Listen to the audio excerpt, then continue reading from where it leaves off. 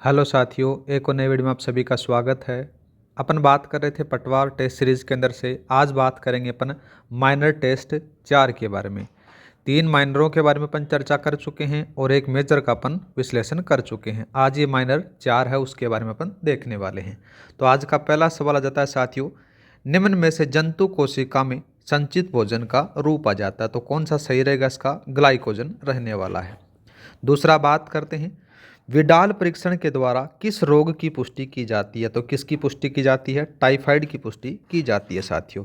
Next बात करते हैं, निम्न में से खसरा का रोग कारक सूक्ष्म जीव है तो वो कौन सा आ जाता है साथियों? वो आ जाता है, वो आएगा साथियों, वायरस आएगा। नेक्स्ट बात करते हैं, निम्न में से किस रोग के उपचार में बीसीजी का टीका लगाया जाता है?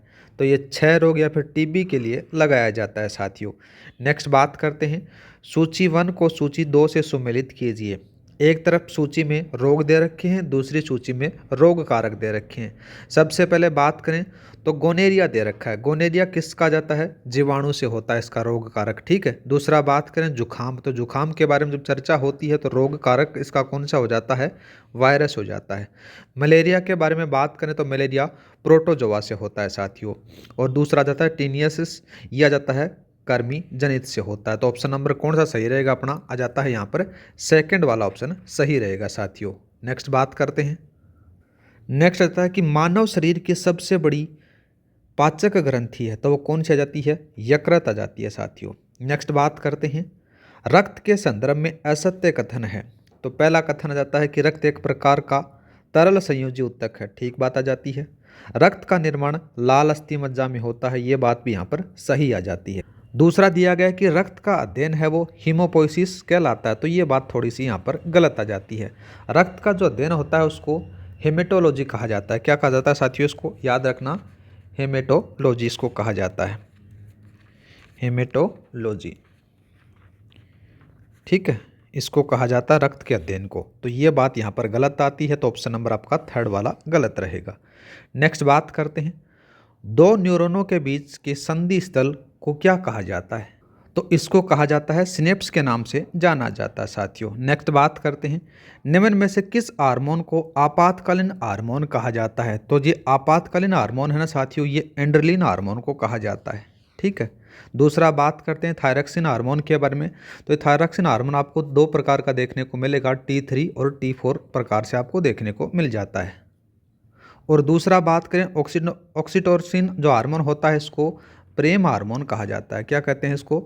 प्रेम हार्मोन के नाम से इसको जाना जाता है, ठीक है। नेक्स्ट बात करते हैं, निम्न में से यौन संचरित रोग का उदाहरण है तो वो कौन सा जाता है साथियों? तो इसका जो सही आंसर रहेगा वो सिफिलिस रहेगा। सिफिलिस किसके कारण फैलता है वो भी याद रखना, नाम आ जाता है उसका ट्रेपोनेमा। ट्रेपोनेमा पेलिडियम कौन सा आता है? ट्रेपोनेमा पेलिडम आ जाता है। इस कारक के कारण यह सिफिलिस रोग फैलता है।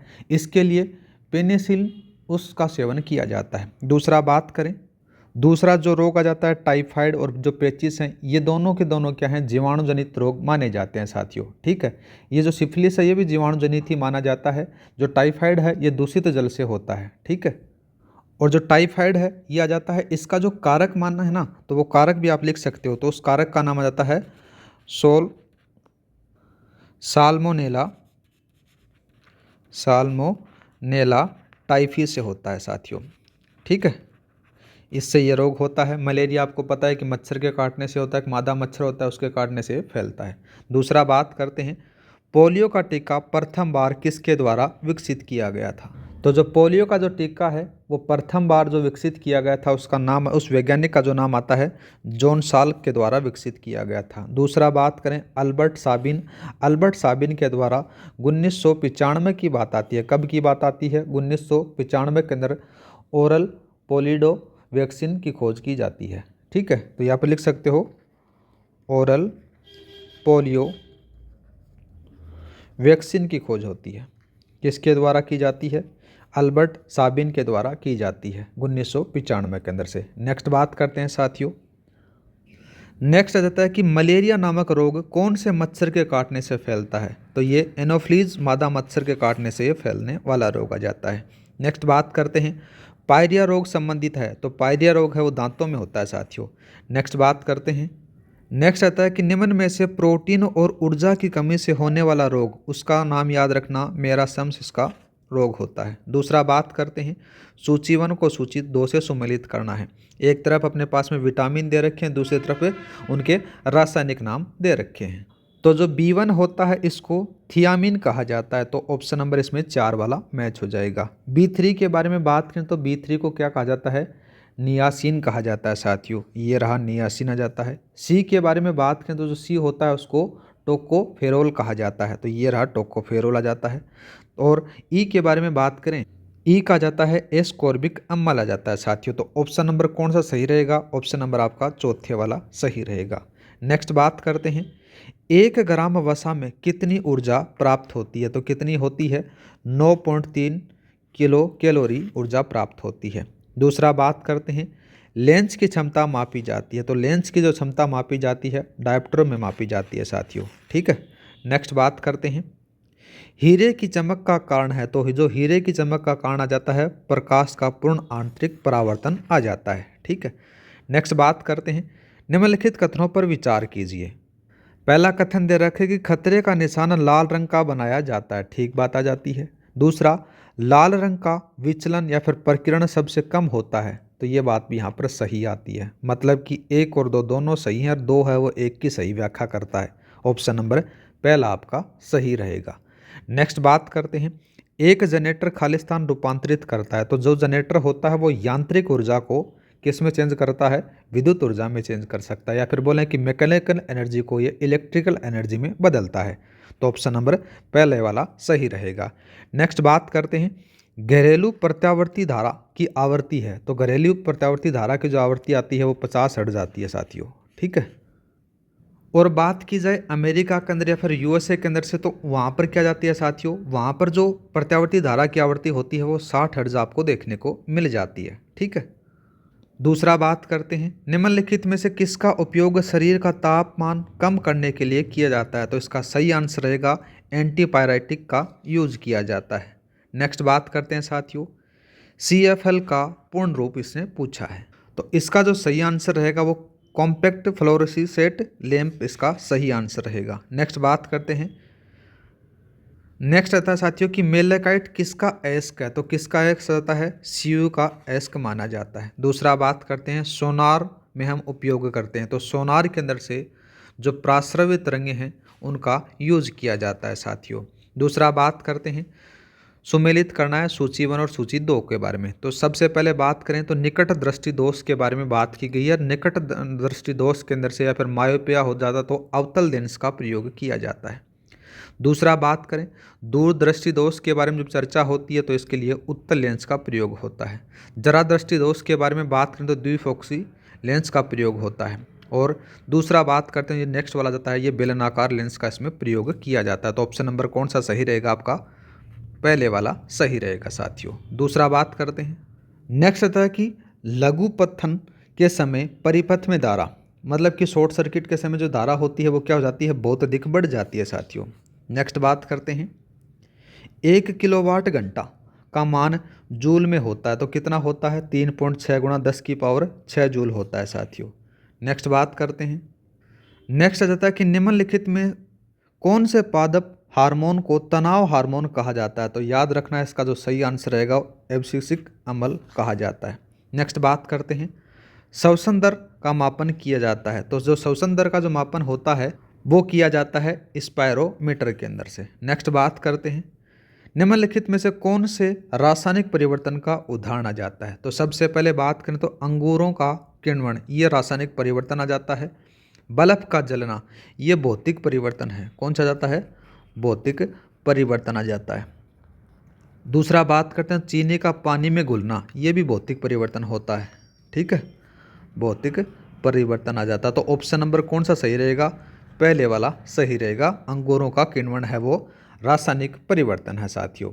नेक्स्ट बात करते हैं, अम्लों का राजा किसे कहा जाता है, तो जो अम्लों का राजा है सल्फ्यूरिक अम्ल को कहा जाता है साथियों। नेक्स्ट बात करते हैं, सूची 1 को सूची 2 से सम्मिलित करना बताया गया है।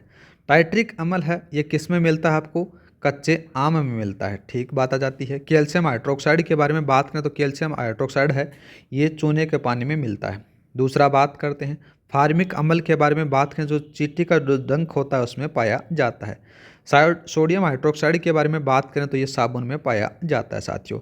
लैक्टिक अम्ल के बारे में बात करें तो ये किस में पाया जाता है, दही में मिलता है। तो कौन सा सही रहेगा अपना ऑप्शन, तो यहाँ पर जो राइट आंसर रहेगा वो कौन सा रहेगा साथियों, ये सेकंड वाला रहने वाला है। दूसरा बात करते हैं सुक्रोज है, तो सुक्रोज आता है इक्सु शर्करा इसको कहा जाता है। दुग्ध शर्करा के बारे में बात करें तो उसको लैक्टोज के नाम से भी जाना जाता है। दूसरा बात करते हैं निम्नलिखित में से असुमेलित है, तो देखो असुमेलित के बारे में बात करें, पहला जाता है पर्ल कल्चर, ये मोती पालन का जाता है। वेटी कल्चर के बारे में बात करें तो जो वेटी कल्चर है ना साथियों, ये अंगूरों की खेती होती है। क्या होती है, अंगूरों की खेती, अंगूरों की खेती को कहा जाता है। तो फिर ये फूलों की खेती है, इसको क्या कहते हैं, इसको कहा जाता है हॉर्टिकल्चर कहा जाता है। क्या कहते हैं इसको, हॉर्टिकल्चर के नाम से इसको जाना जाता है। तो ऑप्शन नंबर कौन सा सही रहेगा, सेकंड वाला गलत है इसमें। दूसरा बात करते हैं, नेक्स्ट सवाल आ जाता है साथियों कि एक वर्त के अंतर्गत एक सबसे बड़ा वर्ग खींचा जाता है। ठीक बात आ जाती है। दूसरा आगे क्या कर रहा है कि तथा इसी त्रिज्या के अर्धवर्त के अंतर्गत एक बड़े से बड़ा वर्ग खींचा जाता है, तो दोनों वर्गों के क्षेत्रफल का अनुपात क्या होगा। सबसे पहले बात करते हैं वर्त में वर्ग के बारे में। इसके अंदर से क्या होता है कि जो वर्त की त्रिज्या आपने क्या मान ली, आर मान ली जाती है, तो जो वर्ग का जो विकिरण होगा वो कौन सा हो जाएगा, 2r आपको देखने को मिल जाता है। जब अपन इसका पाइथागोरस प्रमेय का प्रयोग करते हैं तो जो वर्ग की भुजा आपको निकल कर आती है वो 2r निकल कर आती है। कितनी निकल कर आएगी, √2r, ये वर्ग की भुजा है। ठीक है। और वर्ग का अगर क्षेत्रफल आपसे पूछ लिया जाए तो क्षेत्रफल अपना कितना हो जाएगा, ये भुजा स्क्वायर हो जाता है, तो 2r का होल स्क्वायर बराबर आ जाता है 2r स्क्वायर आपको देखने को मिल जाता है। तो ये वर्त वाली बात हो गई। अब बात करते हैं कि अर्धवर्ताकार वर्ग के बारे में बात करते हैं। तो जो अर्धवर्ताकार के अंदर से बात करें तो अर्धवर्त के अंदर से जो अर्धवर्त की जो त्रिज्या होगी वो आपने क्या मानी, r मान ली जाती है। ठीक है। तो जो वर्ग की भुजा है वो आपने क्या मान ली जाती है, a मान लिया आपने साथियों। क्या मानी, a मानी। और a मानने के बाद में आप क्या करते हो, इसके ऊपर पाइथागोरस प्रमेय लगा देते हो। तो पाइथागोरस प्रमेय लगाते हो जब आपके पास में क्या निकल कर आता है, r² बराबर a² प्लस का a/2 का होल स्क्वायर आपको देखने को मिल जाता है। अब अपन क्या करेंगे, यहाँ पर a की वैल्यू निकाल लेंगे। जब a की वैल्यू आपके पास में आ जाएगी, क्या आएगी साथियों, 2r/√5 आ जाएगी साथियों। ठीक है। ये अर्धवर्त की बात हो रही है। जब इसका जो क्षेत्रफल है वो अपन निकालते हैं तो क्षेत्रफल कितना हो जाएगा साथियों, 2/r√5 का होल स्क्वायर हो जाएगा, मतलब कि भुजा स्क्वायर हो जाएगी। तो आपके पास में जो निकल कर आएगा ना वो आएगा 4r² / 5 निकल कर आएगा।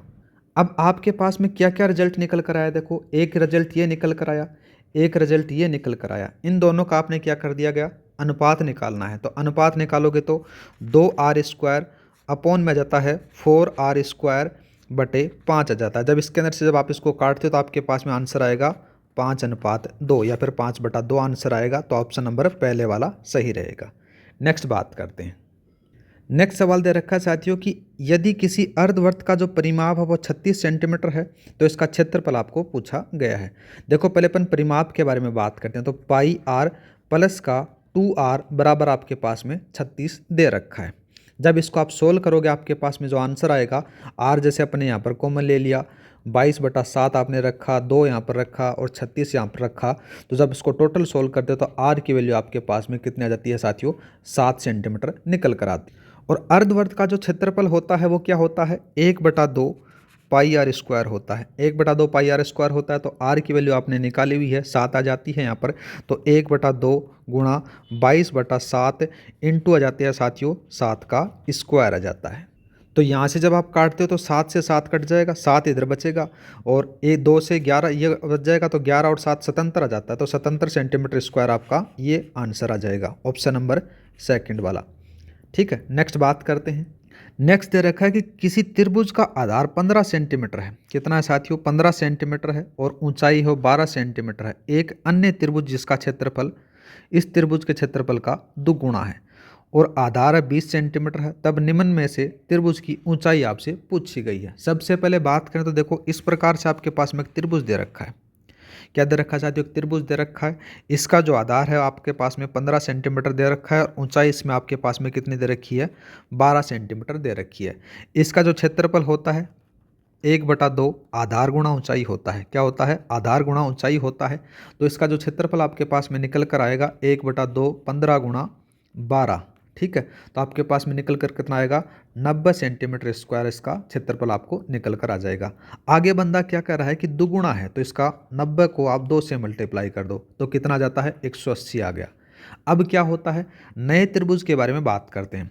ये रहा नया त्रिभुज। नए त्रिभुज के बारे में बात करें तो 1/2 आधार आपके पास में कितना दे रखा है, 20 दे रखा है। ऊंचाई आपको ज्ञात करनी है और यहाँ पर 180 यहाँ पर दे रखा है। दे क्यों नहीं, बता रखा है कि उसका दुगुना के बराबर बताया गया है।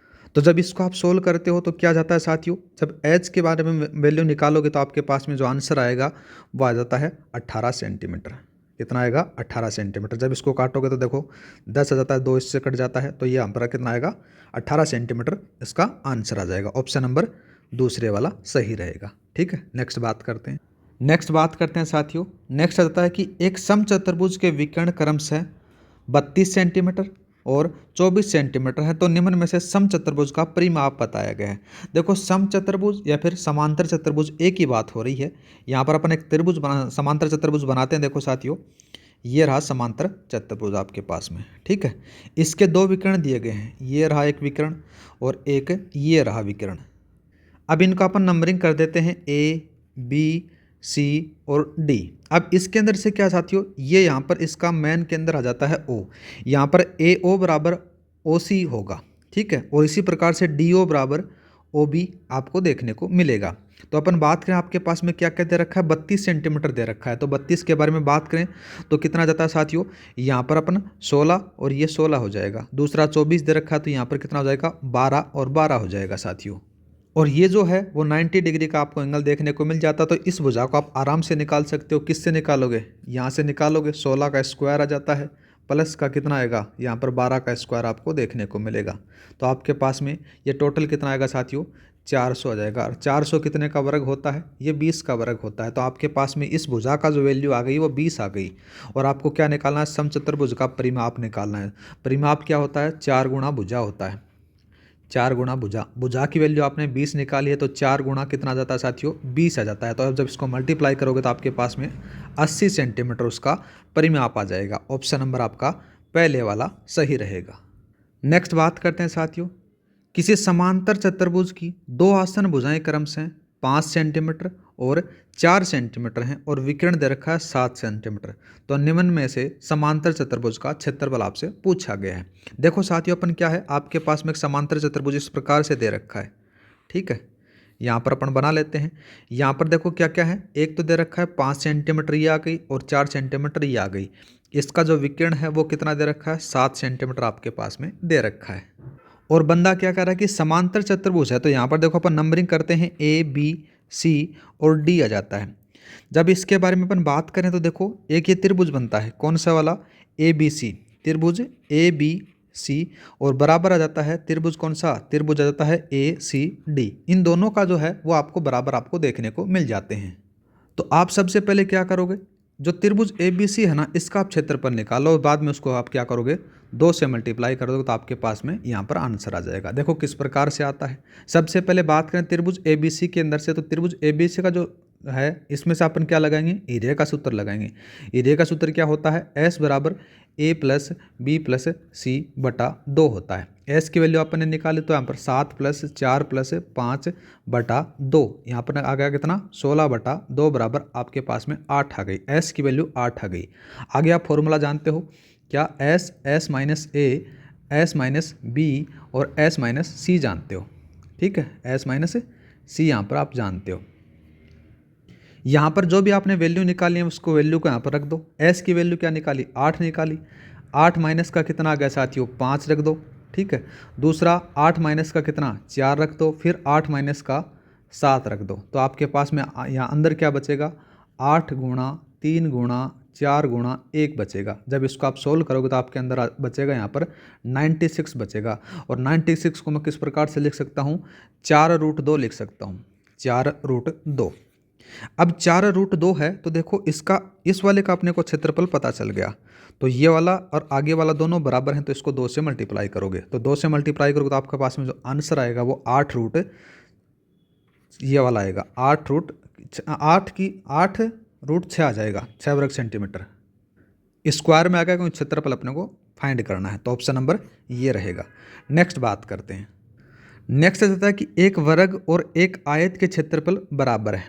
आयत की लंबाई वर्ग की किसी भुजा की लंबाई से 5 सेंटीमीटर अधिक है और उसकी चौड़ाई वर्ग की भुजा से 3 सेंटीमीटर कम है, तो आयत का परिमाप आपको बताना है। अब मैंने क्या किया, मान लिया जो वर्ग है उस वर्ग की भुजा मान ली मैंने ए, क्या मान ली, ए मान ली वर्ग की भुजा। आगे बात करें तो जो आयत है उस आयत की जो लंबाई है एल मानी और चौड़ाई को मैंने बी माना। अब यहाँ पर क्या बताया गया है कि 5 सेंटीमीटर ज़्यादा जाती है, तो एल बराबर मैंने क्या लिखा, ए प्लस 5 लिख दिया, और बी बात किंतु आ जाता है ए माइनस 3 लिख दिया।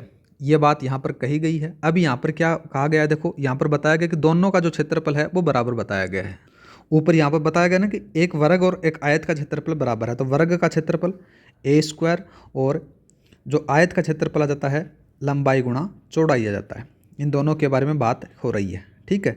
यहाँ पर ए स्क्वायर आ गया, लंबाई आपने क्या निकाली, एक ये निकाली और चौड़ाई ये निकाली, ये यहाँ पर आप रख दो।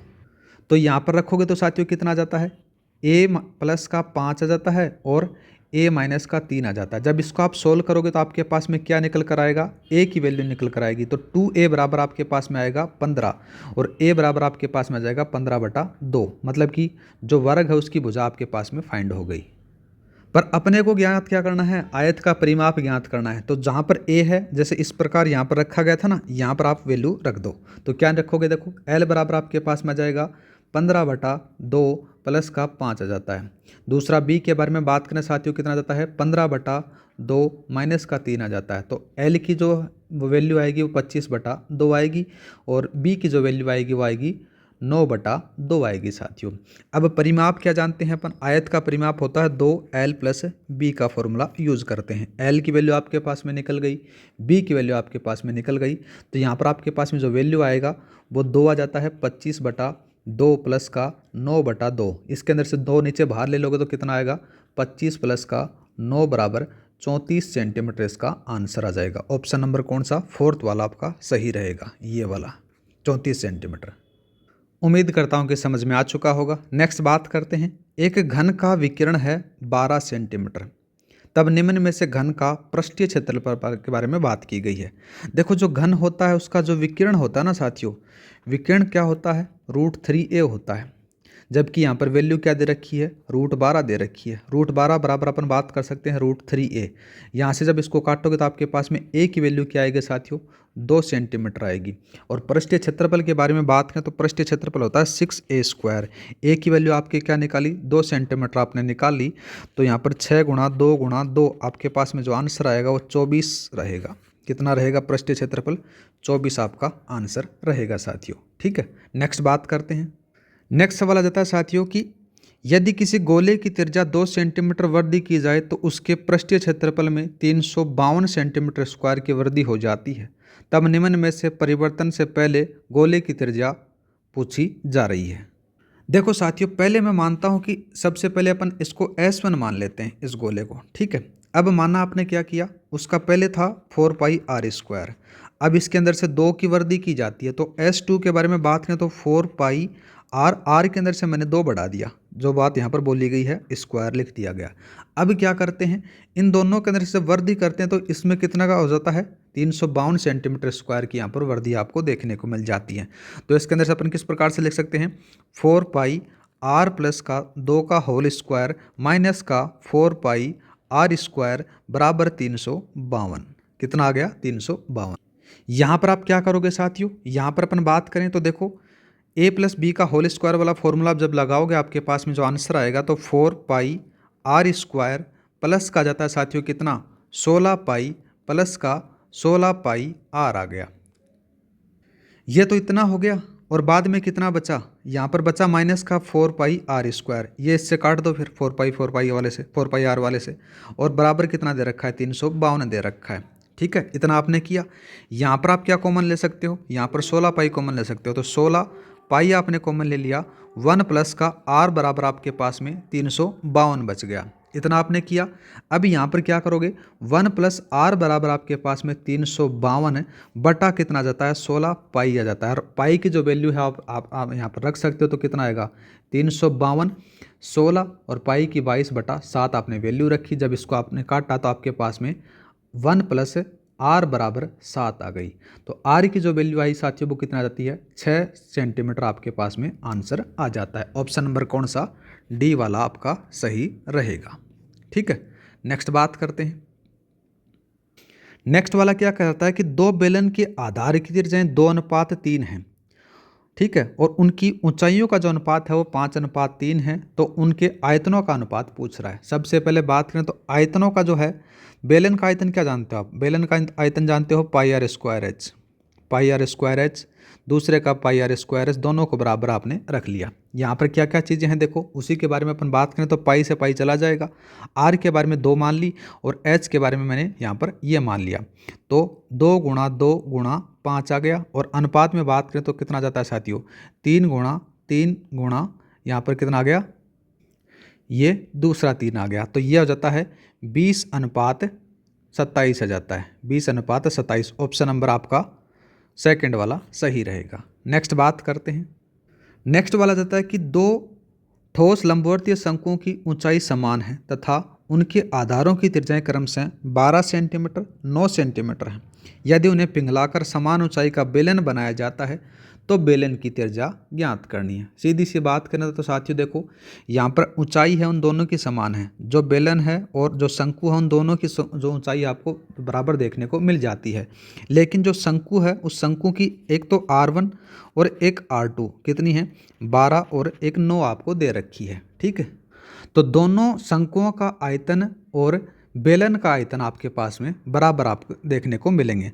तो बेलन का जो आयतन होता है वो पाई आर स्क्वायर एच होता है, कितना होता है, पाई आर स्क्वायर एच होता है। और उधर बात करें तो जो शंकु का जो आयतन होता है 1/3 पाई आर स्क्वायर होता है। दूसरे का बात करें तो 1/3 पाई आर स्क्वायर होता है। यहाँ पर एक R1 मापन मान ली और इसको अपने R2 मान लिया साथियों। ठीक है, एच भी होता है इसके साथ में, पाई आर स्क्वायर एच भी होता है। ठीक है, तो यहाँ पर एच आपको पता है कि कॉमन है, तो यहाँ से एच से एच उड़ा दो, उड़ गया, क्योंकि सभी का कॉमन बता रखा है। यहाँ पर काम इन्हीं से होगा आपका।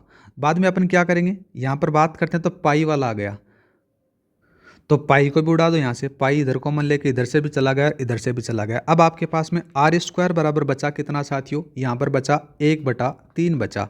आर स्क्वायर का जब अपन मान करते हैं तो यहाँ पर कितना जाता है, 144 आ गया। और इधर बात करें 9 का जाता है कितना साथियों, 81 आ जाता है। इतना आपने किया। ठीक है, जब आप इसको सोल्व करते हो तो आपके पास में 225/3 आ जाता है। ठीक है, इन दोनों को सभी को जोड़ के आर स्क्वायर बराबर के आपके पास में कितना आया, 225/3 आया। जब इसको आप काटते हो ना साथियों तो आर स्क्वायर बराबर आपके पास में कितना आ गया, 75 आ गया। और आर को जब आप सोल्व करते हो तो √75 आ जाता है। कितना आ गया, √75 आ गया। और √75 को अपन किस प्रकार से लिख सकते हैं, 5√3 लिख सकते हैं, 5√3। यह आपका आंसर रहेगा ऑप्शन नंबर कौन से वाला, ये वाला। थोड़ा सा इसमें थोड़ा याद रखना बस कि पाई आर स्क्वायर एच है, ये बेलन का जाता है। और जो शंकु के बारे में बात करें तो 1/3 पाई आर स्क्वायर एच इसका आयतन आ जाता है। मतलब कि जो आयतन है दोनों का आयतन बराबर होगा।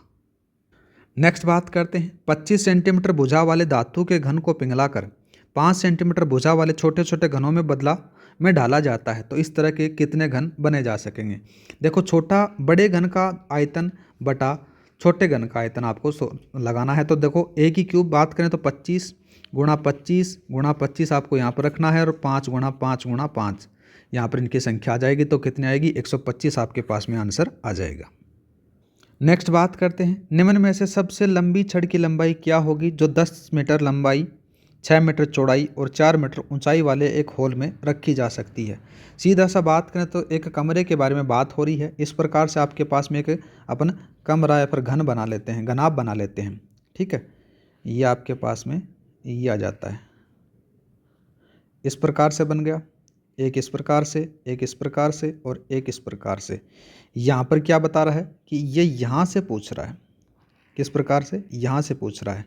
ठीक है, तो देखो इसका अपन नाम करते हैं, ए आ गया, इसका बी आ गया, इसका आपके पास में आ जाता है साथियों इधर सी आ गया, ठीक है, और सी के बाद में इधर डी आ जाता है, और डी के बाद में इधर ई आ जाता है, इधर एफ आ जाता है, और इधर जी आ जाता है, और लास्ट में एच आ जाता है। यहाँ पर जो चीज़ें बात की गई है उसी के बारे में अपन बात करते हैं। जो नीचे वाला जो फरस है इसका जो विकिरण है ना साथियों, वो अपन ये डाल देते हैं, ये वाला, ठीक है।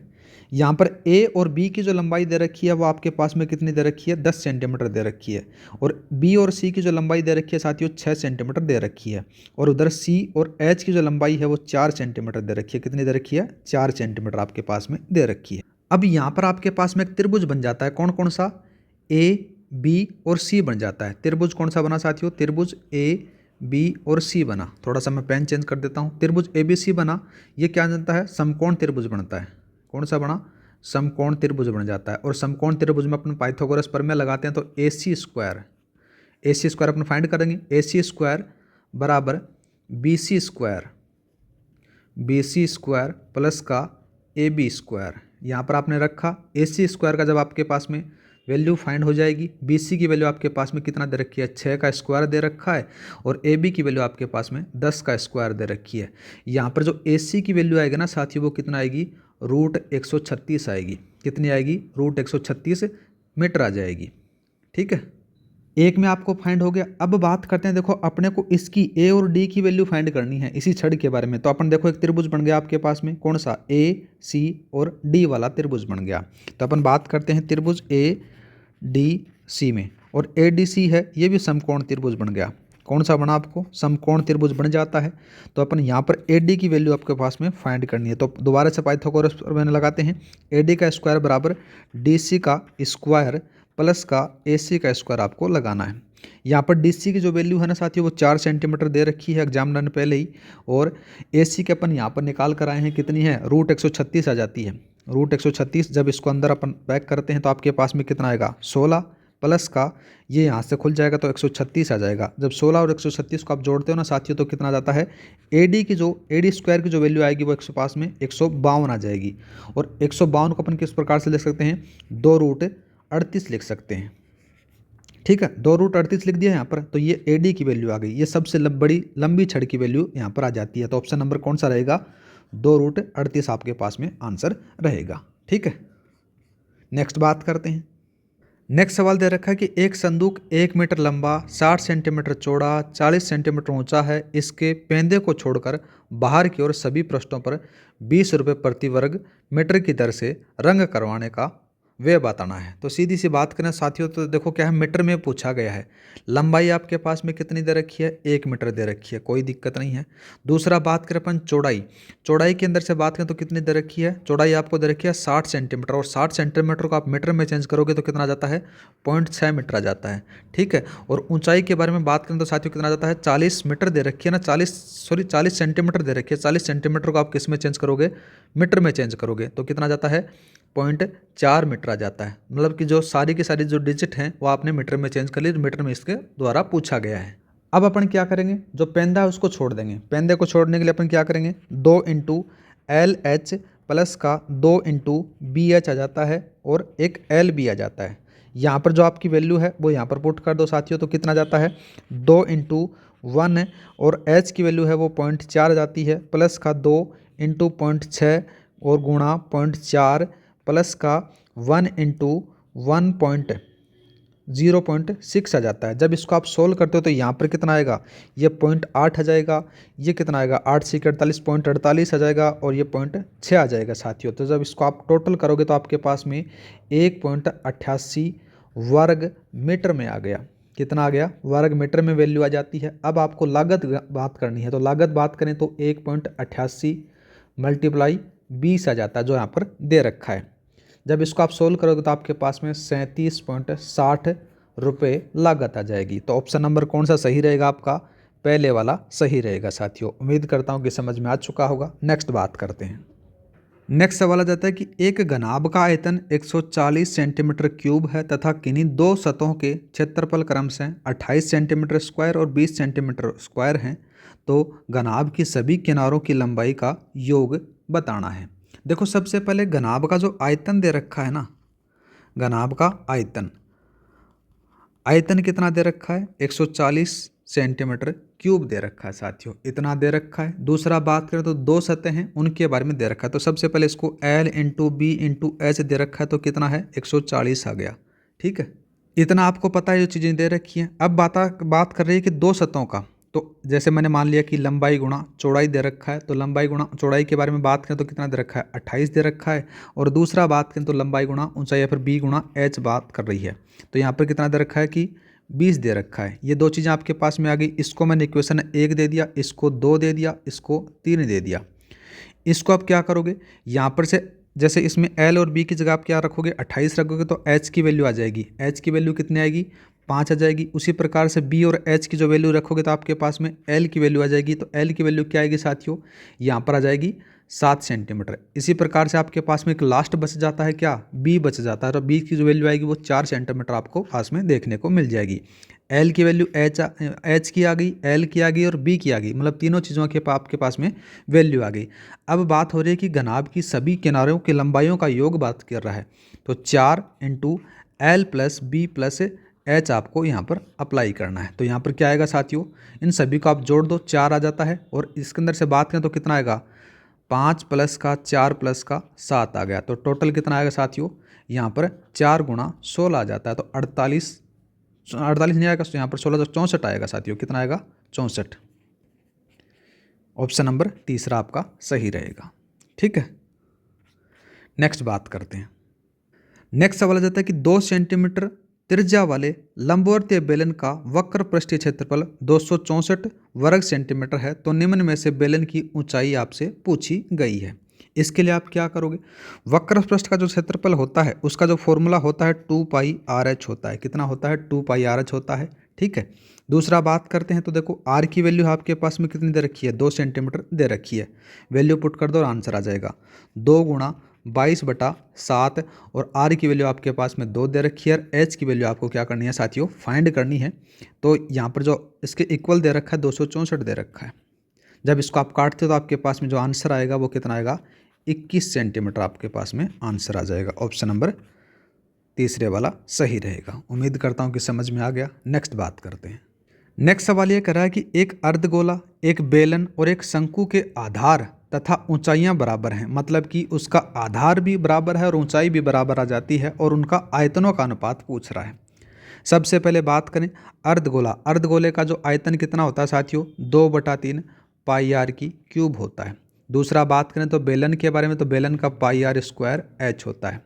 ठीक है, और एक और आ जाता है शंकु, तो 1/3 पाई आर स्क्वायर एच होता है। तीनों के बारे में आपने याद रख लिया। यहाँ पर अब यहाँ पर क्या बता रहा है कि उसका आधार और ऊंचाई बराबर आपको पता रखी है। तो यहाँ पर सारी चीज़ें काट दो, ये सब कुछ कट गया। आपके पास में ओनली डिजिट वाली कौन सी बची, 2/3 अनुपात 1 आ गया और 1/3 आ गया। जब इसको आप सोल्व करते हो तो आपके पास में कितना आएगा, 2:3:1 आंसर आ जाएगा। ऑप्शन नंबर कौन सा सही रहेगा, पहले वाला सही रहेगा। सरल सा सवाल है साथियों। नेक्स्ट बात करते हैं। नेक्स्ट आ जाता है, देखो नेक्स्ट सवाल आ जाता है कि एक शंकुनुमा तंबू के आधार की त्रिज्या 12 सेंटीमीटर है, तंबू 9 मीटर ऊंचा है। तंबू बनाने के लिए अपेक्षित कैनवास की लागत ज्ञात कीजिए यदि कैनवास 1 वर्ग मीटर की कीमत 120 रुपये है। देखो सबसे पहले बात करें, इस प्रकार से आपके पास में एक तंबू बना हुआ है साथियों। ठीक है, यहाँ पर आपके पास में एच दे रखी है और दूसरा क्या दे रखा है, यहाँ पर 9 मीटर ऊंचा और त्रिज्या दे रखी है। कितनी दे रखी है, 12 दे रखी है और 9 दे रखी है। एल आपको फाइंड करनी है। एल क्या होती है, इसकी तिर्यक ऊंचाई कहा जाता है। और जो इसका क्षेत्रफल बात करें, वक्र पृष्ठ का क्षेत्रफल आपसे पूछा गया है, तो पाई आर एल आपको फाइंड करना है। तो इसलिए इसको एल की नीड हुई। तो एल बराबर अपन क्या करेंगे, आर स्क्वायर प्लस का एच स्क्वायर रखने वाले हैं। आर की वैल्यू कितनी है साथियों, यहाँ पर आपके पास में 12 देखने को मिलेगी, तो 12 का 144 हो जाएगा। एच की जो वैल्यू है वो कितनी हो जाएगी, 81 हो जाएगी। तो आपके पास में एल की वैल्यू निकल कर आएगी, वो कितनी आएगी, √225 निकल कर आएगी। ठीक है, और 225 का मतलब आ जाता है, देखो ये एल स्क्वायर है, याद रखना एल स्क्वायर रहेगा, एल स्क्वायर। और एल बराबर आपके पास में क्या रहेगा, 15। यहाँ पर इसकी वैल्यू आ जाती है। इतना आपने रखा। अब ये बंदा क्या कह रहा है, अब ये कह रहा है कि जो पाई की वैल्यू है वो 3.14 आपको पास में रखनी है। तो अपन देखो फॉर्मूला क्या जानते हैं, पाई आर एल जानते हैं। तो पाई की वैल्यू आपने क्या रखवा रहा है, 3.14 रखवा रहा है। आर की वैल्यू आपके पास में कितनी है, 12 है। एल की वैल्यू अभी अपन ने निकाली है, कितनी आ जाती है, 15 आ जाती है। जब इसको आप सोल्व करते हो ना, इस वाली संख्या को जब मल्टीप्लाई करते हो तो आपके पास में 565.2 आता है। और 565.2 को आप किससे मल्टीप्लाई करोगे, 120 से मल्टीप्लाई करोगे। 120 से मल्टीप्लाई करोगे तो आपके पास में कितना आएगा साथियों, ये आएगा 67,824 आपके पास में आंसर आएगा। ऑप्शन नंबर कौन सा जाता है, ये फोर्थ वाला सही रहेगा साथियों। अब बात करते हैं नेक्स्ट सवाल आ जाता है साथियों कि 53 से 55 तक के बारे में बात हो रही है। 53 से 55 तक के बारे में यहाँ पर डाटा दे रखा है और उसके बारे में बात होती है। तो देखो सबसे पहले बात करें, पुनर्व्यवस्था का एक उदाहरण दिया गया है। तो इनपुट आउटपुट का एग्जाम्पल है, ये सवाल है। ये आपको 3 से 4 सवाल देखने को मिलेंगे अगर आता है तो, अदरवाइज आपके पास में एक ही सवाल देखने को मिलेगा। लेकिन वैसे देखा जाए तो 3 सवाल 100% आपको देखने को मिलेंगे। इसके लिए मैंने एक अलग से वीडियो बना रखा है, जल्दी मैं उसको अपलोड कर दूंगा। इनपुट आउटपुट का कोई भी सवाल आप कर लेना, आपके एग्जाम में आया हुआ या फिर कोई भी एग्जाम में आया हुआ, उस तरीकों को आप जैसे अप्लाई करोगे तो आपका हर सवाल वहाँ पर सरल हो जाएगा, ठीक, एकदम होने लग जाएगा। यहाँ पर अपन थोड़ा सा बेसिक देख लेते हैं। यहाँ पर देखो इनपुट दिए दे रखा है, ठीक है। जग दे रखा है 91, स्टेबल 24, 46, 32, ओवर केक दे रखा है। तो सबसे पहले क्या बता रहा है, यहाँ पर बंदा बता रहा है कि सबसे बड़ा नंबर लेकर आ रहा है पहले चरण में। तो सबसे पहले यहाँ पर इसको 1 नंबर दे दिया गया। दूसरा बात करते हैं, दूसरे पर क्या लेकर आ रहा है, दूसरे पर लेकर आ रहा है सबसे छोटे वाला अल्फ़ाबेट वाला लेकर आ रहा है। इस वाले को 2 नंबर दे दिया गया दूसरे इनपुट के अंदर से। तीसरे के अंदर से बात करें तो तीसरे में कौन सा आएगा, इससे छोटे वाला आएगा। 91 से छोटे वाला कौन सा है, 46 आ जाता है, ये तीसरे नंबर का आ गया। इस प्रकार से यहाँ पर बता रखिए, मैं सारा का सारा जितना भी रूल होते हैं इनपुट आउटपुट के, अपन 5-6 सवाल करेंगे जिससे सारे के सारे जो कॉन्सेप्ट आपके एकदम बढ़िया तरीके से तैयार हो जाएंगे साथियों। अपन बात करते हैं, अपने पास में समय बहुत कम है, इसलिए अपन मैं डायरेक्ट आपको बता देता हूँ कि इसका आंसर क्या होगा। और वो वीडियो जल्दी आपके पास में आने वाला है, 1 या 2 दिन में अपलोड हो जाएगा। क्लास बनकर तैयार हो चुकी है, जैसे मेरे को थोड़ा सा समय मिलेगा। तो देखो इसके अंदर से बता रखा है, देखो इनपुट दिया गया है कि ब्रेक 72, प्लॉट न्यू 28, 36, 17 और स्टोर दे रखा है। निम्नलिखित में से अंतिम से पहला चरण कौन सा होगा। तो साथियों इसका जो आंसर रहेगा वो कोई नहीं रहेगा। अब क्यों नहीं रहेगा, सारे के सारे मैं बताने वाला हूं, जैसे उस वीडियो में आप देखोगे तो आपको सारे के सारे कॉन्सेप्ट क्लियर हो जाएंगे। दूसरा बात करते हैं, तो दूसरे का जो आंसर आएगा वो 4 आने वाला है साथियों, ठीक है। दूसरा बात करते हैं, देखो एक इनपुट का चरण दे रखा है तीसरा, और तीसरे चरण के बाद में पूछ रहा है कि इसमें निश्चित रूप से इनपुट क्या होगा। तो इस प्रकार से अगर जैसा सवाल आता तो CND लगाना है, कैन नॉट बी डिटरमाइन आपको बताना है। तो ये ऑप्शन नंबर यहाँ पर लगा देना। नेक्स्ट बात करते हैं, देखो साथियों नेक्स्ट सवाल आ जाता है साथियों डायरेक्शन वाला। बिंदु R बिंदु A से पूर्व की ओर 3 किलोमीटर पर है। बिंदु S बिंदु R से दक्षिण की ओर 4 किलोमीटर पर है। बिंदु H बिंदु S के पश्चिम की ओर 5 किलोमीटर पर है। बिंदु M से बिंदु H के उत्तर की ओर 4 किलोमीटर है। तो निम्न में से कौन सा बिंदु सरेखीय होंगे।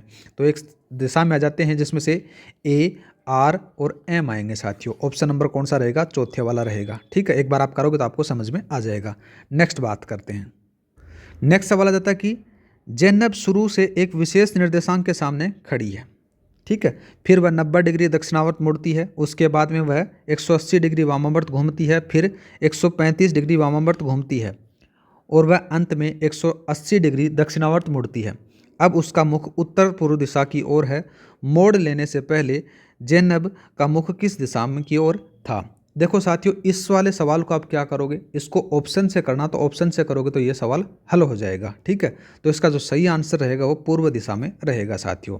नेक्स्ट बात करते हैं, नेक्स्ट सवाल आ जाता है कि निम्नलिखित शब्दकोश को के अनुसार अवरोही क्रम में आपको बताना है कि सबसे लास्ट में कौन सा आएगा वो आपको बताना है। देखो साथियों सबसे पहले बात करें, देखो कौन कौन सा जाता है। पहले नंबर पर कौन सा आएगा, यहाँ पर CE आ जाता है, यहाँ पर भी CE है, यहाँ पर भी CE है, CE है और CE आ जाता है। अब इसमें से कोई अपन इसको नहीं कर सकते। यहाँ पर A आ जाता है तो इसमें पहले नंबर पर ये आएगा, तो ये खत्म हो जाता है। दूसरे पर बात करते हैं, दूसरे पर यहाँ पर L है, यस वाले में भी L है, और दूसरे वाले में अपन बात करें तो यहाँ पर भी L है, यहाँ पर भी L है, और यहाँ पर क्या जाता है साथियों C आ रहा है। तो इसको आप क्या बोल दोगे, इसको आप दूसरे नंबर पर ये आएगा। तो ये तो अपन क्या कर रहे हैं, आरोही क्रम में इसको फाइंड कर रहे हैं, असेंडिंग ऑर्डर में फाइंड कर रहे हैं, लेकिन अपने को फाइंड क्या करना है, डिसेंडिंग ऑर्डर में बताना है। तो साथियों जिसके लास्ट में तीसरे वाला है ना, उस तीसरे वाले पर टिक लगा दो, वो आपका सही रहेगा। ये वाला है तो ये वाला ही आपका सही रहेगा। नेक्स्ट बात करते हैं, देखो साथियों नेक्स्ट सवाल जाता है कि निम्नलिखित शब्दों को तार्किक और सार्थक क्रम में व्यवस्थित करना है। मेजर दे रखा है, ब्रिगेडियर दे रखा है, जनरल दे रखा है, कर्नल दे रखा है, कैप्टन दे रखा है। सबसे पहले बात करें तो नाम आ जाता है कैप्टन का, पहले नंबर पर कैप्टन आ जाता है। दूसरे पर बात करें तो दूसरे पर कौन आएगा साथियों, मेजर आएगा, ये दूसरे नंबर पर आ जाता है। तीसरे पर बात करें तो कौन आएगा, ये तीसरे पर कर्नल आ जाता है। चौथे पर बात करें तो आ जाता है कौन, ब्रिगेडियर आ जाता है। और लास्ट में आता है पांचवा जनरल आ जाता है। तो ऑप्शन नंबर कौन सा सही रहेगा आपका, सेकंड वाला सही रहेगा साथियों। नेक्स्ट बात करते हैं निम्नलिखित शब्दों को तार्किक और सार्थक क्रम में व्यवस्थित करना है। ये देखो किस प्रकार से जो सूर्य की दूरी के आधार पर आपको डिसाइड करना है। तो सबसे पहले बात करें तो सूर्य केंद्र से बात करें तो नाम आ जाता है बुध का, बुध का पहले पर आएगा। दूसरा बात करें तो साथियों कौन सा आएगा, तीसरा जो आ जाता है शुक्र आएगा, ये आ जाता है। शुक्र के बाद में बात करें तो कौन सा आता है, यहाँ पर पृथ्वी आ जाता है, ये तीसरा जाता है। चौथा बात करें ना साथियों तो चौथा कौन सा जाता है, यहाँ पर जाता है ये मंगल वाला आ जाता है, ये मंगल वाला आ गया। और पांचवा बात करें तो बृहस्पति आ जाता है, तो ये पांचवा जाता है। तो इसी प्रकार से इसको आप जमा सकते हो। तो ऑप्शन नंबर कौन सा सही रहेगा आपका, ये वाला रहेगा। पहले में पांचवा, फिर तीसरे में तीसरा के अंदर से ये वाला जाता है, और इस प्रकार से आप इसको जमा सकते हो। नेक्स्ट बात करते हैं। नेक्स्ट सवाल आता है कि एक विद्युत रेल पूर्व से पश्चिम की ओर जा रही है। कहाँ से जा रही है, विद्युत रेल है वो पूर्व से पश्चिम की ओर जा रही है। उस समय हवा पश्चिम से पूर्व की ओर बह रही है। तो बताओ ट्रेन का धुआं किस दिशा में जाएगा। सीधी सी बात करें साथियों, जो रेल होती है, कौन सी रेल, इलेक्ट्रिक रेल होती है, वो धुआं भगाती नहीं है। तो इसमें से सही सवाल रहेगा कौन सा, उपरोक्त में से कोई भी नहीं रहेगा। नेक्स्ट दिया गया है कि निम्नलिखित शब्दों के तार्किक क्रम के आधार पर उचित विकल्प का चयन करिए। तो उचित विकल्प के अंदर से बात करना साथियों तो कौन सा आएगा, अप टर्न आ जाता है साथियों इसका। नेक्स्ट बात करते हैं। 4 रास्ते हैं, आप दक्षिण की ओर आए हैं और मंदिर जाना चाहते हैं। दाईं ओर का मार्ग आपके कॉफ़ी हाउस से दूर ले जाता है।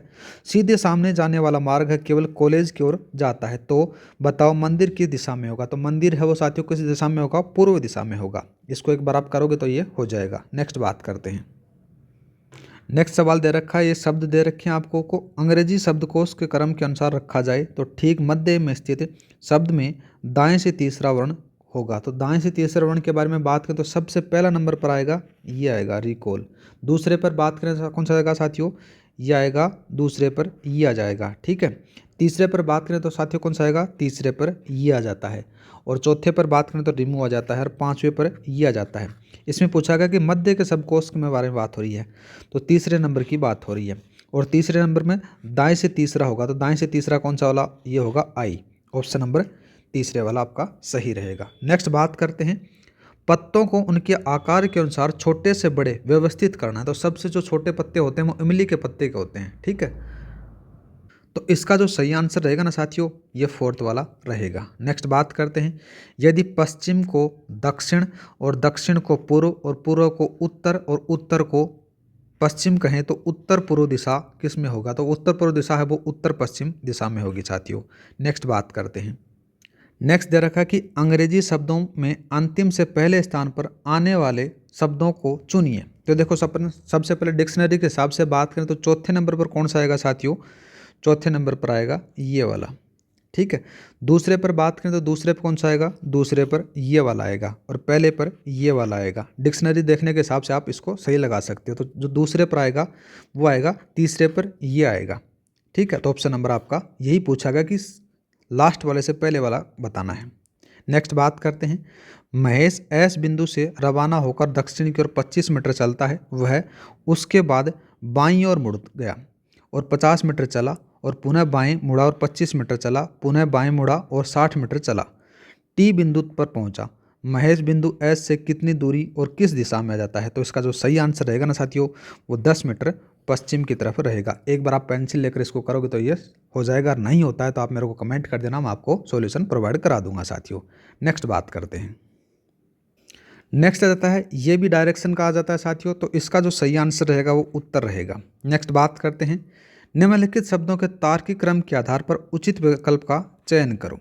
तो इसका जो सही आंसर रहेगा वो इरेज रहेगा साथियों। नेक्स्ट बात करते हैं, निम्नलिखित शब्दों को तर्क संगत में व्यवस्थित करना है। तो सबसे पहले बात करें तो कौन आता है, यहाँ पर भ्रूण आता है। बाद में बात करें तो कौन आता है, शिशु आता है। शिशु के बाद में बच्चा आता है। बच्चा के बाद में युवा आता है। युवा के बाद में प्रौढ़ आता है। तो ऑप्शन नंबर आपका सेकंड वाला सही रहेगा। नेक्स्ट बात करते हैं।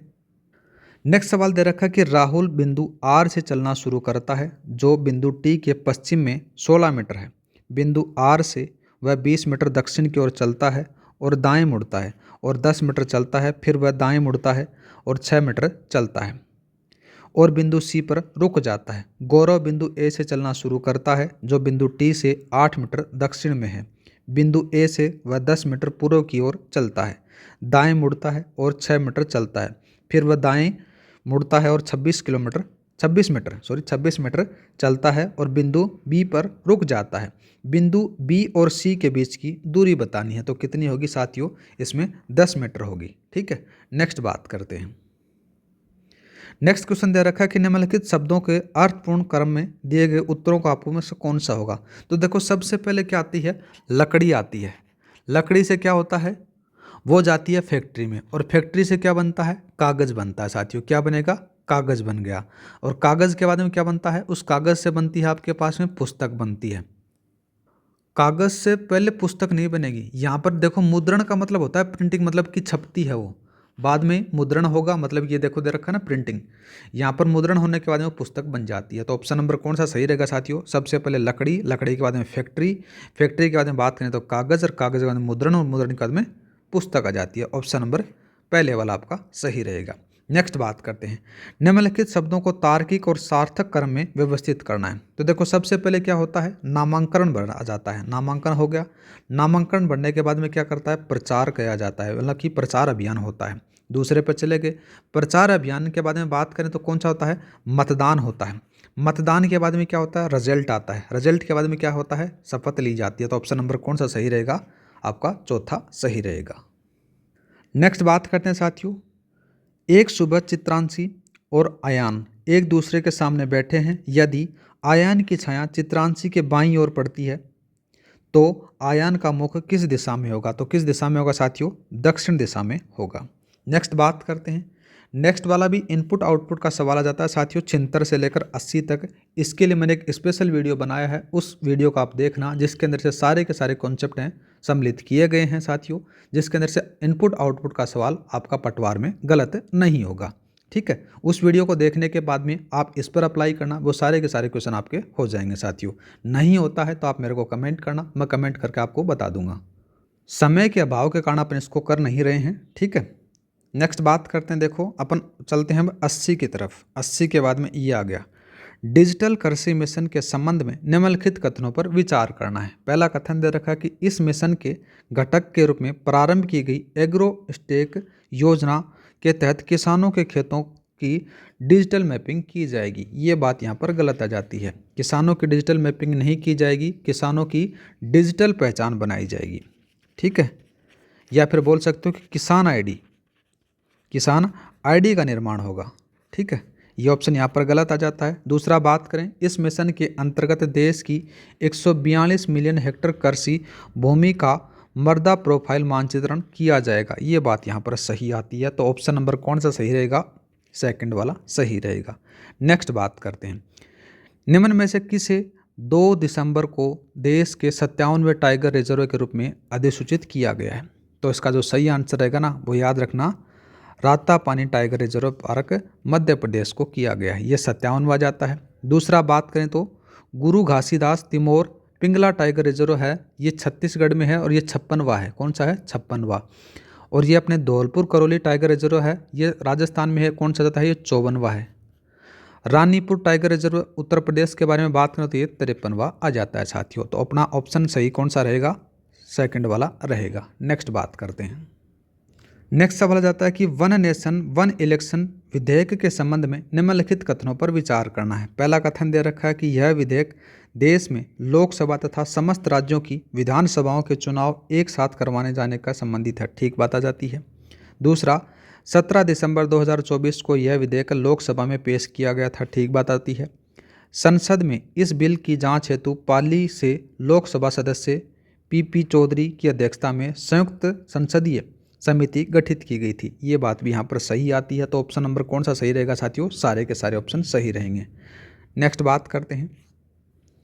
नेक्स्ट सवाल जाता है कि 24 दिसंबर को राष्ट्रपति द्रौपदी मुर्मू ने किसे मणिपुर के राज्यपाल के रूप में नियुक्त किया है? तो किसे किया है? अजय कुमार भल्ला को किया है साथियों। नेक्स्ट बात करते हैं। केंद्रीय साहित्य अकादमी द्वारा वर्ष 2024 के लिए किसे राजस्थानी भाषा का साहित्य अकादमी पुरस्कार प्रदान किया गया? तो याद रखना, मुकुट मणिराज को प्रदान किया गया। दूसरा बात करते हैं। बीसीसीआई द्वारा आयोजित वर्ष 2024-25 की T20 क्रिकेट की मुश्ताक अली ट्रॉफी का खिताब किसने जीता? मुंबई ने जीता है। किसको हराकर? मध्य प्रदेश को हराकर। ठीक है। नेक्स्ट बात करते हैं साथियों। नेक्स्ट आ जाता है कि हाल ही में इसरो द्वारा स्पेसएक्स मिशन को किस रॉकेट द्वारा लॉन्च किया गया? तो याद रखना, PSLV C-60 से लॉन्च किया गया है। नेक्स्ट बात करते हैं। राष्ट्रीय ऊर्जा संरक्षण दिवस कब मनाया गया है? तो 14 दिसंबर को मनाया गया है। नेक्स्ट बात करते हैं। भारतीय वन सर्वेक्षण रिपोर्ट 2023 के संबंध में निम्नलिखित में से असंगत युग्म की चयन करना है। तो असंगत युग्म के बारे में बात करें तो सर्वाधिक वनावरण क्षेत्र वाला राज्य है वो मध्य प्रदेश। ठीक है। सर्वाधिक अभिलेखित वन क्षेत्र वाला राज्य महाराष्ट्र बताया गया, तो ये बात यहाँ पर गलत आ जाती है। तो कौन सा आएगा? मध्य प्रदेश आएगा। यही पूछा गया है साथियों। नेक्स्ट बात करते हैं। भारतीय रिजर्व बैंक द्वारा गठित प्रोफेसर पुष्पक भट्टाचार्य समिति का संबंध है, तो किससे आ जाता है साथियों? वित्तीय क्षेत्र में AI से जुड़े संभावित जोखिमों की पहचान करने से आ जाता है साथियों। नेक्स्ट बात करते हैं। निम्न में से कौन सी एक इनपुट युक्ति नहीं है? तो इनपुट युक्ति के बारे में बात करें ना साथियों, तो इसका आंसर सही रहेगा, प्लॉटर नहीं है। नेक्स्ट बात करते हैं। निम्नलिखित में से कौन सा इनपुट डिवाइस मुख्य रूप से टेक्स्ट डाटा दर्ज करने के लिए प्रयोग किया जाता है? तो कौन सा किया जाता है? कीबोर्ड के द्वारा दर्ज होता है। नेक्स्ट बात करते हैं। निम्न में से कौन सी कंप्यूटर अभिलाक्षणिकताएं हैं? तो ये सारी की सारी हैं साथियों। ठीक है। बहुमुखी, सटीकता, परिश्रमता, ये सारे के सारे ऑप्शन नंबर 4 सही रहेगा। नेक्स्ट बात करते हैं। नेक्स्ट आता है कि निम्न में से कौन सी इनपुट युक्ति प्राय लैपटॉप का एक मानक लक्षण आ जाता है? तो वो कौन सा आएगा? टच पैड आ जाता है साथियों। कौन सा आएगा? Touch pad. नेक्स्ट बात करते हैं। कंप्यूटर की कंट्रोल, शिफ्ट, डिलीट, इंसर्ट कुंजियों को क्या कहा जाता है? इनको स्पेशल कीज के नाम से जाना जाता है या फिर विशिष्ट कुंजी कहा जाता है। नेक्स्ट बात करते हैं। एक कीबोर्ड में कार्य कुंजियों की संख्या होती है। देखो हिंदी में पढ़ोगे तो ये क्वेश्चन आपका 100% गलत होगा साथियों। यहाँ पर बात की गई है, देखो the number of function keys. तो फंक्शन कीज कितनी होती हैं? F1 से लेकर F12 तक होती हैं साथियों। इनकी संख्या कितनी होती है?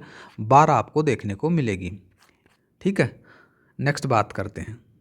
नेक्स्ट आ जाता है कि एक ऑप्टिकल माउस में प्रकाश उत्सर्जन करने वाला एक यंत्र है जिसे कहा जाता है, जिसको क्या कहते हैं? अपना डायोड कहा जाता है साथियों। क्या कहते हैं?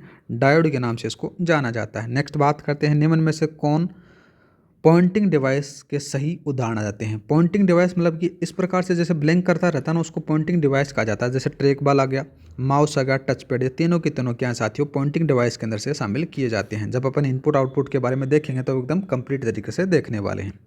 नेक्स्ट बात करते हैं। एक बार सही निर्देश देने के बाद जब कंप्यूटर सारे परिणाम सही निकालता है, यह लक्षण क्या कहलाता है? तो इसको एक्यूरेसी कहा जाता है साथियों। क्या कहते हैं? एक्यूरेसी कहते हैं। नेक्स्ट बात करते हैं। निम्न में से कौन सा इनपुट डिवाइस यूजर प्रोग्रामेबल है? तो कौन सा है? डम्ड टर्मिनल आ जाता है साथियों। नेक्स्ट बात करते हैं। मॉनिटर को कहा जाता है वीडियो कहा जाता है। क्या कहा जाता है? वीडियो। वीडियो की फुल फॉर्म होती है विजुअल डिस्प्ले यूनिट के नाम से इसको जाना जाता है। नेक्स्ट बात करते हैं। निम्नलिखित में से इंपैक्ट प्रिंटर का प्रकार नहीं है, तो कौन सा आ जाता है साथियों? इंकजेट जो प्रिंटर होता है वो नहीं होता है इंपैक्ट प्रिंटर। नेक्स्ट बात करते हैं। नेक्स्ट आता है कि निम्न में से कौन सा सर्वाधिक उपयुक्त होने वाला इनपुट उपकरण है? तो कीबोर्ड का सर्वाधिक प्रयोग किया जाता है, ये भी याद रखना। नेक्स्ट बात करते हैं। निम्न में से कौन सी डिवाइस हस्तलिखित हस्ताक्षरों को दर्ज करने के लिए इस्तेमाल की जाती है? तो वो कौन सी आती है? ग्राफिक टैबलेट होती है। नेक्स्ट बात करते हैं। डिस्प्ले कार्ड का उपयोग किस उद्देश्य के लिए किया जाता है? तो डिस्प्ले कार्ड का जो उपयोग होता है ना साथियों, आउटपुट यूनिट को ग्राफिक्स डेटा भेजने के लिए किया जाता है। नेक्स्ट बात करते हैं। LCD की फुल फॉर्म, तो इसको कहा जाता है लिक्विड क्रिस्टल डिस्प्ले के नाम से। नेक्स्ट बात करते हैं। CRT की आंतरिक सतह पर लेपित रहता है, तो इसको क्या कहते हैं साथियों? वहाँ पर फास्फोरस पदार्थ है वो लेपित रहता है। दूसरी जनरेशन के अंदर से काम आता था ये। दूसरा बात करते हैं, देखो दूसरा जाता है निम्न में से कौन सा सबसे श्रेष्ठ गुण धर्म का ग्राफिक्स रिप्रोडक्शन उत्पादित करता है, तो कौन सा करता है, प्लॉटर करता है साथियों। ठीक है, नेक्स्ट बात करते हैं निम्न में से कौन सा एक आउटपुट डिवाइस है, तो वो आ जाता है स्पीकर। नेक्स्ट बात करते हैं इनपुट से आउटपुट में परिवर्तित किसके द्वारा किया जाता है, तो वो किया जाता है साथियों किसके द्वारा, सीपीयू के द्वारा। नेक्स्ट बात करते हैं निम्नलिखित में से कौन सा विकल्प प्रोसेस की गई सूचना को उपयोग करता है, फिर यूजर के लिए उपयोगी रूप से उपयोगी स्वयं को रूपांतरित और प्रस्तुत करता है, तो कौन सा था साथियों, इसका जो सही आंसर रहेगा वो आउटपुट यूनिट रहेगा। नेक्स्ट बात करते हैं कंप्यूटर कीपैड में टैब की का उपयोग किया जाता है, तो किस लिए किया जाता है, कर्सर की को स्क्रीन पर ले जाने के लिए और एक पैराग्राफ को इंडेंट करने के लिए इसका प्रयोग होता है। नेक्स्ट बात करते हैं, नेक्स्ट आ जाता है कि अनाज पीसने में प्रयुक्त की जाने वाली अवतल चक्कियों के साथ किस सभ्यता का स्थल के प्राप्त हुए हैं, तो मोहनजोदड़ो से प्राप्त हुए हैं साथियों। जो आपकी मैंने प्राचीन हिस्ट्री पढ़ाई थी उसमें आप जाकर देख लेना, आपको सारे के सारे यहाँ पर क्वेश्चन मिलने वाले हैं साथियों। नेक्स्ट बात करते हैं, नेक्स्ट रहता है कि निम्न कथनों पर विचार करना, तो निम्न कथनों में बात करें तो सोरतुगई से नहरों के साक्ष्य प्राप्त हुए हैं, ठीक बता जाती है। रोपड़ स्वतंत्रता के बाद में खोजा गया पहला हड़प्पाई स्थल आ जाता है, ये बात भी सही आ जाती है। धौलावीरा एकमात्र हड़प्पाई नगर था जो 3 भागों में विभाजित था, तीनों के तीनों ऑप्शन आपके सही रहेंगे साथियों। ऑप्शन नंबर चौथे वाला सही रहेगा। नेक्स्ट बात करते हैं कि निम्नलिखित में सभ्यता स्थल और उनके खोजकर्ताओं का सही सुमेलित नहीं है, तो देखो इनके बारे में बात करें तो जो कुणाल है, कुणाल के बारे में बात करें तो कौन आता है, रविंद्र बिष्ट आ जाते हैं, ठीक आ जाता है। लोथल बात करें तो SR राव, ये भी ठीक आ जाते हैं। मोहनजोदड़ो के अंदर से बात करें तो मोहनजोदड़ो के जो खोजकर्ता हैं वो राखल दास बनर्जी हैं, कौन से आते हैं साथियों, राखल दास बनर्जी, ठीक है। तो ये फिर ये कौन है, NG मजूमदार कौन है साथियों, ये आ जाते हैं किसकी खोज की थी, चहुंदड़ो की खोज की थी इनके द्वारा, ठीक है। और आपके सही देखने को मिलेंगे, तो यही आपका ऑप्शन सही रहेगा। नेक्स्ट बात करते हैं पल्लव अभिलेखों में उल्लेखित गैर ब्राह्मण भूस्वामियों का संगठन कहलाता था, तो उर कहलाता था साथियों। नेक्स्ट बात करते हैं लगभग 150 वर्ष पूर्व पहली बार बुर्ज वृक्ष की छाल पर लिखी ऋग्वेदिक सूक्तियों की पांडुलिपि का पन्ना कहाँ से प्राप्त हुआ, तो याद रखना कश्मीर से प्राप्त हुआ। नेक्स्ट बात करते हैं उपनिषद का शाब्दिक अर्थ है गुरु के समीप बैठना ही इसका अर्थ होता है। नेक्स्ट बात करते हैं सार्वभौम आत्मा की उपासना करने वाले सोनक तथा अभिप्रात्री नामक 2 ऋषियों और एक भिखारी की वार्तालाप का वर्णन उपनिषद में मिलता है, तो याद रखना छागोंदे उपनिषद में देखने को मिल जाता है। नेक्स्ट बात करते हैं सत्यम जयते शब्द का उल्लेख किस उपनिषद से मिलता है, तो किस में मिलता है, मुंडकोपनिषद में देखने को मिल जाता है। नेक्स्ट बात करते हैं निम्न में से सही सुमेलित नहीं है, तो पहला दिया गया देखो दर्शन और दूसरी तरफ प्रवर्तक दे रखे हैं। न्याय दर्शन बात करें तो महर्षि गौतम ठीक आ जाते हैं। वैश्विक दर्शन है महर्षि कणाद आ जाते हैं। सांख्य दर्शन के बारे में बात करें तो कपिल मुनि आ जाते हैं। उत्तर मीमांसा के जो हैं वो जाते हैं कौन, व्यास आएंगे साथियों। जैमिनी के बारे में बात करें तो ये आ जाता है पूर्व मीमांसा दर्शन के प्रवर्तक माने जाते हैं, तो ऑप्शन नंबर आपका कौन सा सही रहेगा, चौथे वाला सही रहेगा। नेक्स्ट बात करते हैं, नेक्स्ट आता है कि मगध की राजधानी पाटलिपुत्र किन नदियों के संगम पर स्थित थी, तो याद रखना गंगा और ब्रह्मपुत्र के संगम पर स्थित थी। नेक्स्ट बात करते हैं, नेक्स्ट आता है कि मल किन 2 राज्यों का संघ था, तो ये था साथियों कुशीनारा और पावा का था। नेक्स्ट आ जाता है जैन धर्म के 24वें तीर्थंकर महावीर स्वामी के संबंध में निम्न कथनों पर विचार करना है, तो पहला कथन आ जाता है इन्हें जाम्बिक ग्राम में ऋजुपालिक का नदी तट पर कैवल्य की प्राप्ति हुई, ठीक बता जाती है। इनकी मृत्यु है वो 72 वर्ष की आयु में पावा में हुई, ये बात भी सही आती है, तो ऑप्शन दोनों सही हैं आपके। नेक्स्ट बात करते हैं किस जातक कथा में चांडाल पुत्र को बोधिसत्व के रूप में उल्लेखित हुआ है, तो किस में हुआ साथियों, मातंग जातक में हुआ है। नेक्स्ट आता है प्रथम बौद्ध संगति का आयोजन किसके शासनकाल में हुआ था? तो अजातशत्रु के शासनकाल में हुआ था साथियों। नंद वंश का अंतिम शासक कौन था? तो नंद वंश का जो अंतिम शासक था वो धनानंद था साथियों। नेक्स्ट बात करते हैं, महात्मा बुद्ध द्वारा दिए गए प्रथम उपदेश की घटना की स्मृति में स्तूप का निर्माण कहाँ करवाया गया? तो कहाँ करवाया गया? सारनाथ में करवाया गया साथियों। नेक्स्ट बात करते हैं साथियों, निम्न में से किस गुहा का निर्माण मौर्य शासक अशोक द्वारा नहीं करवाया गया? तो नागार्जुनी जो गुफाएं हैं उनका निर्माण इनके द्वारा नहीं करवाया गया। ऑप्शन नंबर पहला आपका सही रहेगा। नेक्स्ट बात करते हैं, संगम साहित्य में उल्लेखित गांव में रहने वाले समूह का पर विचार कीजिए। तो इसमें ये तीनों ऑप्शन सही हैं साथियों, पहला, दूसरा और तीसरा। ऑप्शन नंबर चौथा आपका सही रहेगा। नेक्स्ट बात करते हैं, किस शासकों को दक्षिण पथ का स्वामी कहा जाता था? तो किसको कहा जाता था? सातवाहन को कहा जाता था साथियों। नेक्स्ट बात करते हैं, पल्लवों की राजधानी थी, तो पल्लवों की राजधानी कौन थी? कांचीपुरम थी साथियों। नेक्स्ट बात करते हैं, निम्न में से पल्लव शासक नरसिंहवर्मन द्वितीय द्वारा निर्मित मंदिर है तो कौन सा था साथियों? इसमें से कैलाश नाथ मंदिर कांची वाला भी आ जाता है, दूसरा सौर मंदिर ये भी आ जाता है, और बेकुंडा वाला मंदिर, ये तीनों के तीनों मंदिर उन्हीं के द्वारा निर्मित हैं। ऑप्शन नंबर चौथा इसमें सही रहेगा साथियों। नेक्स्ट बात करते हैं, नेक्स्ट आ जाता है कि हर्षवर्धन तथा चालुक्य शासक पुलकेशिन द्वितीय के मध्य हुए युद्ध की जानकारी कहाँ से प्राप्त होती है? तो कहाँ से होती है? ऐहोल प्रशस्ति या फिर ऐहोल अभिलेख से होती है। नेक्स्ट बात करते हैं, अरब यात्री सुलेमान ने निम्न में से किस शासक की तुलना विश्व के तत्कालीन 4 महान शासकों से की थी? तो किसकी थी? इसका जो सही आंसर रहेगा वो अमोघवर्ष रहेगा साथियों। नेक्स्ट बात करते हैं, निम्न रचनाओं का सही सम्मिलित नहीं है। बुद्ध चरित्र, अश्व घोष आ जाता है, ठीक आ जाता है, राजतरंगी कल्याण आ जाता है। कपूर मंजरी के बारे में बात करते हैं, तो कपूर मंजरी है ये राजशेखर हैं, इसके लेखक कौन आ जाते हैं? राजशेखर आ जाते हैं साथियों। दूसरा बात करें तो भूति के बारे में बात करें तो इसके द्वारा कौन कौन सी रचनाएं हैं? एक का नाम लिख सकते हो यहाँ पर, मालती माधव, ठीक है। दूसरा बात करें तो मालती माधव के बाद में महावीर चरित्र आ जाता है। एक और बात करें तो उत्तर रामचरित्र आता है, कौन सा आता है? उत्तर रामचरित्र, ये इनके द्वारा रचित आ जाते हैं। ऑप्शन नंबर आपका थर्ड सही रहेगा। नेक्स्ट बात करते हैं, निम्न कथनों पर विचार कीजिए। तो जब पहला कथन दे रखा है कि उदयगिरी की गुफाओं का निर्माण चंद्रगुप्त द्वितीय के संरक्षण में हुआ, ठीक बात आती है। दूसरा बात करें तो उदयगिरी गुहा दीवारों पर उत्कीर्ण मूर्तियों में विष्णु के वराह अवतार की मूर्तियां उल्लेखित आ जाती हैं, तो दोनों के दोनों ऑप्शन आपके सही रहेंगे। नेक्स्ट बात करते हैं, ये आ गया इंग्लिश का। यहाँ पर दे रखा है कि I have reached the office before the rain started, तो इसमें हैव नहीं आएगा साथियों, यहाँ पर आएगा हैड आएगा। एरर के बारे में पूछा गया है तो ऑप्शन नंबर आपका ये पहले वाला सही रहेगा। नेक्स्ट बात करते हैं, नेक्स्ट वाले में बात करें तो देखो क्या जाता है, if the farmer got a washing machine his wife can do a laundry quickly, तो इसमें से कौन सा आएगा? इफ़ द फॉर्मर गोट आएगा साथियों, ऑप्शन नंबर पहले वाला रहेगा। नेक्स्ट बात करते हैं, नेक्स्ट वाले में जो एरर आएगा ना साथियों वो आएगा neither of the scout leader no आ जाएगा, ठीक है। नेक्स्ट बात करते हैं, नेक्स्ट वाले में बात करें तो कौन सा आएगा?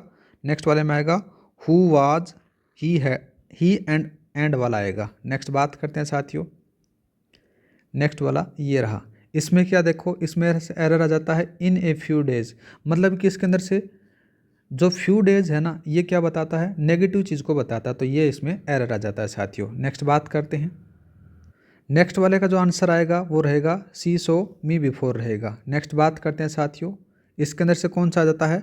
इसमें से आएगा हिज सिस्टर्स वर वाला, इसमें एरर आ जाता है। नेक्स्ट बात करते हैं तो नेक्स्ट वाले में कौन सा एरर आएगा? नोइंग हिम सिंस वाला, इसमें एरर आ जाता है। और नेक्स्ट बात करते हैं, इसका जो आंसर रहेगा वो रहेगा एन ईजी टास्क रहेगा साथियों। नेक्स्ट बात करते हैं, देखो साथियों इसका जो आंसर रहेगा 147 वाले का, तो इसमें से क्या रहेगा? इसमें से रहेगा something which was very expensive रहेगा साथियों। नेक्स्ट बात करते हैं, नेक्स्ट वाले में कौन सा आता है?